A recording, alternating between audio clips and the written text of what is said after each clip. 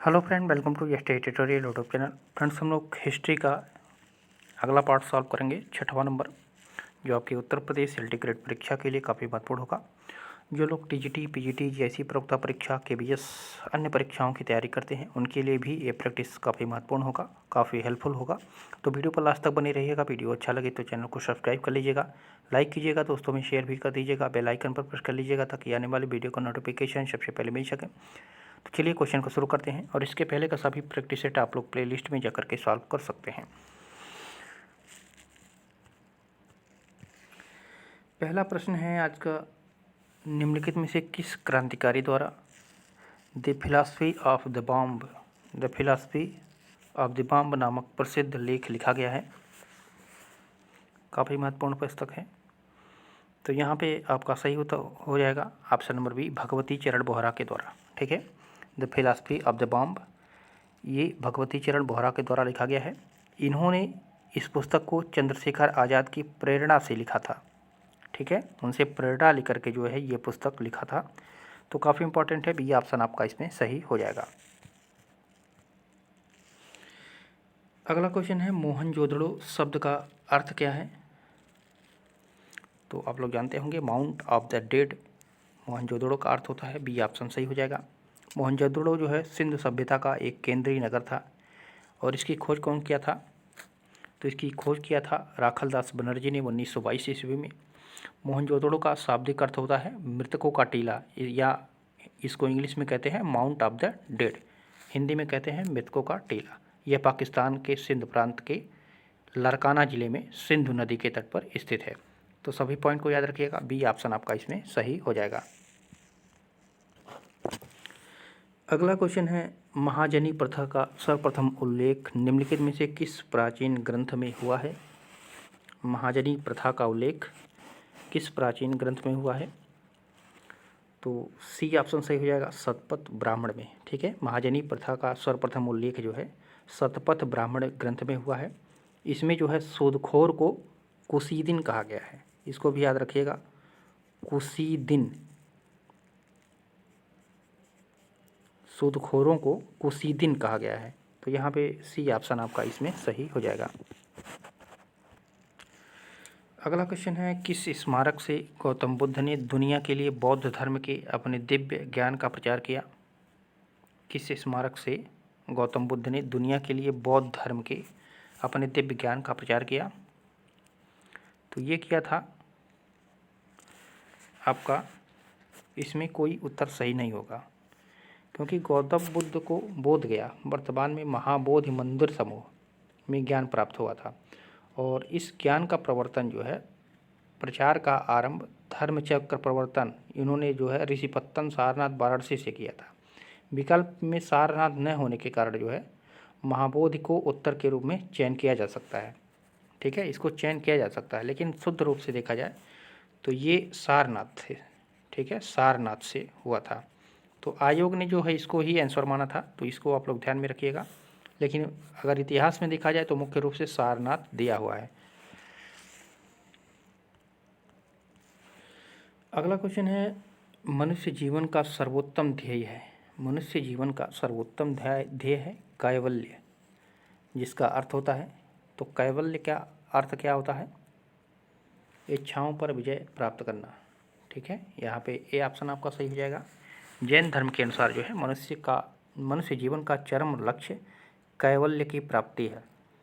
ठीक है, तो कैवल्य जो है ये है इच्छाओं पर विजय प्राप्त करना। तो यहाँ पे ऑप्शन नंबर ए आपका इसमें सही हो जाएगा। अगला क्वेश्चन है, अशोक के आक्रमण के दौरान कलिंग पूर्वी प्रांत की राजधानी कौन सी थी? कलिंग की राजधानी कौन सी थी? तो वो थी तोसली। ठीक है, ये ओडिशा में है। तो यहाँ पे ऑप्शन नंबर डी आपका इसमें सही हो जाएगा।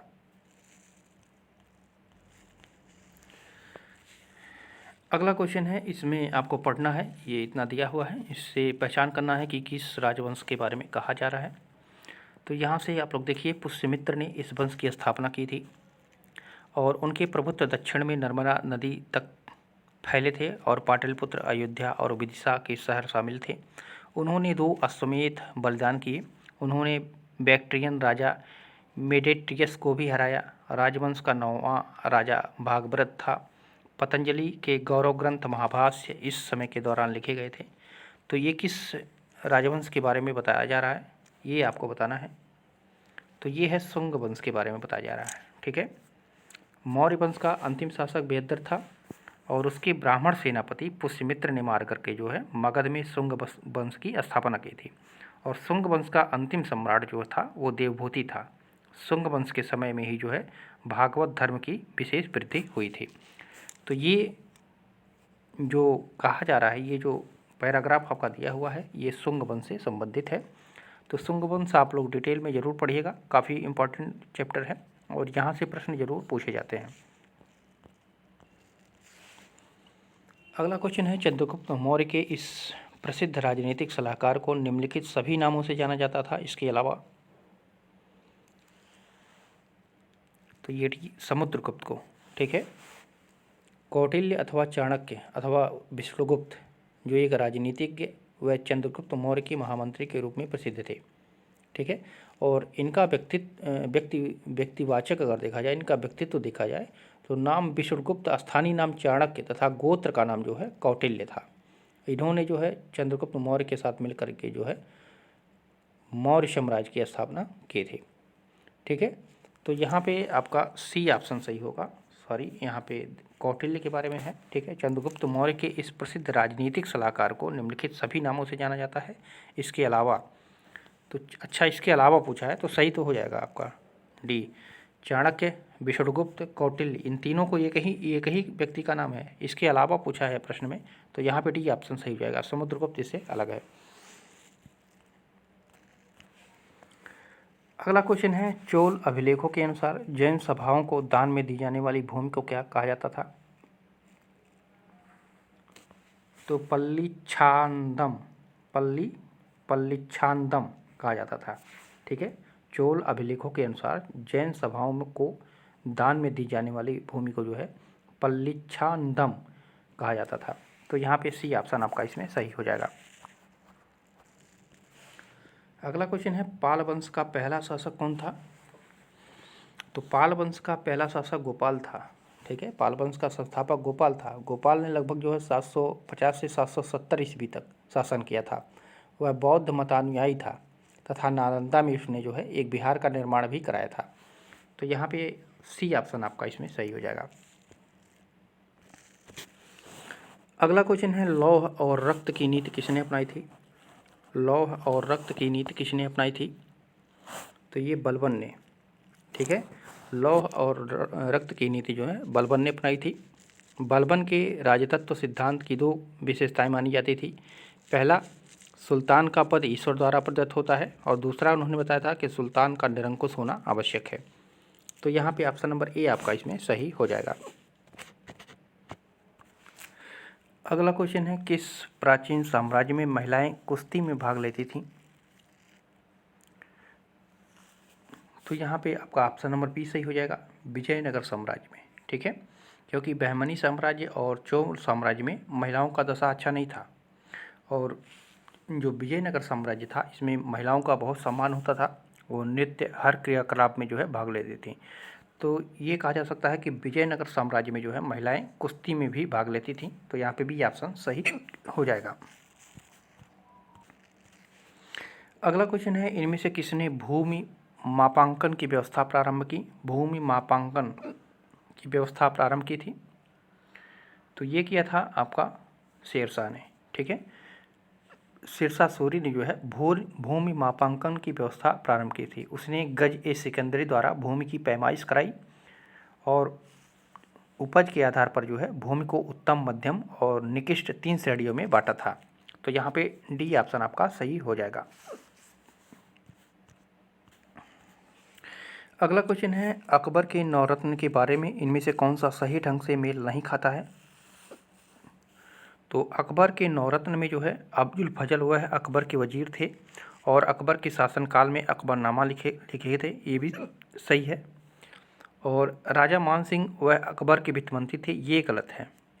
ठीक है, तो इसमें मेल नहीं खाता है, तो बी ऑप्शन आपका सही हो जाएगा। ठीक है, क्योंकि अकबर के राज दरबार में नवरत्नों में एक राजा मानसिंह अकबर के सेनापति थे, न कि वित्त मंत्री।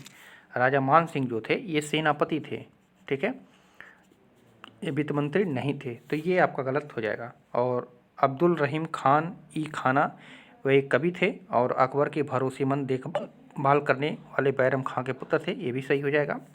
और मुल्ला दो प्याजा वह मुगल सम्राट अकबर के मुख्य सलाहकार में से एक थे, ये भी सही हो जाएगा। तो यहाँ पे बी वाला ऑप्शन सही नहीं है, ये वित्त मंत्री नहीं थे, ये सेनापति थे राजा मानसिंह। अगला क्वेश्चन है, प्रसिद्ध चित्रकार मीर सैयद अली चित्रकारी हेतु किस मुगल शासक के सहयोगी थे?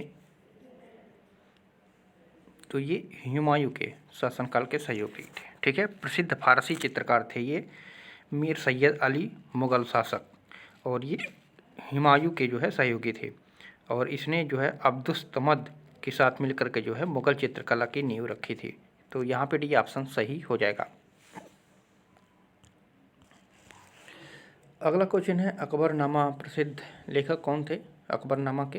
तो आप लोग जानते होंगे अबुल फजल, बी ऑप्शन से सही हो जाएगा। अबुल फजल जो है अकबर के 9 रत्नों में से एक कवि थे।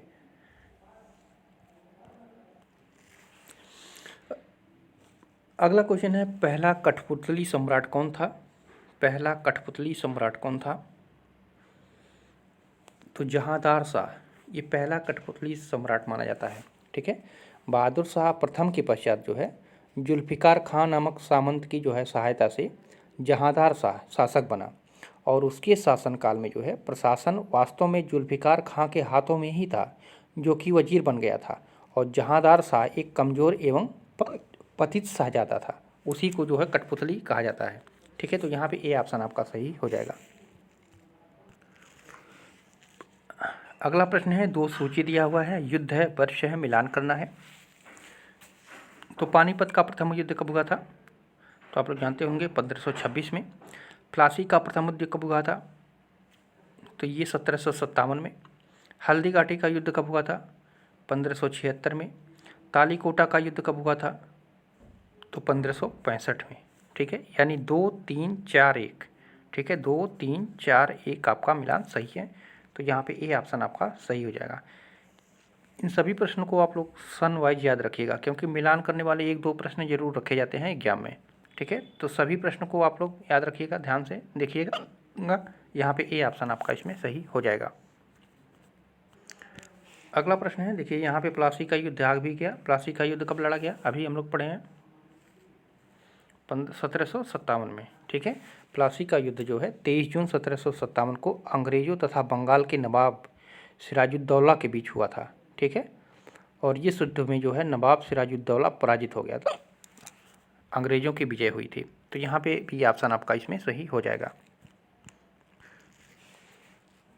अगला क्वेश्चन है, सेरिंगपट्टनम की लड़ाई में अंग्रेज़ों ने किसे पराजित किया था? तो सेरिंगपट्टनम की लड़ाई में जो है अंग्रेज़ों ने टीपू सुल्तान को पराजित किया था। सेरिंगपट्टनम या इसी को श्रीरंगपट्टनम भी कहा जाता है, ठीक है, श्रीरंगपट्टनम भी कहा जाता है। इस युद्ध में जो है अंग्रेज़ों ने 1799 ईस्वी में टीपू सुल्तान को हराया था, और इस चतुर्थ आंग्ल मैसूर युद्ध में टीपू सुल्तान पूर्णतः पराजित हुआ और मैसूर पर जो है ईस्ट इंडिया कंपनी का अधिकार हो गया था। तो यहाँ पे सी ऑप्शन आपका इसमें सही हो जाएगा।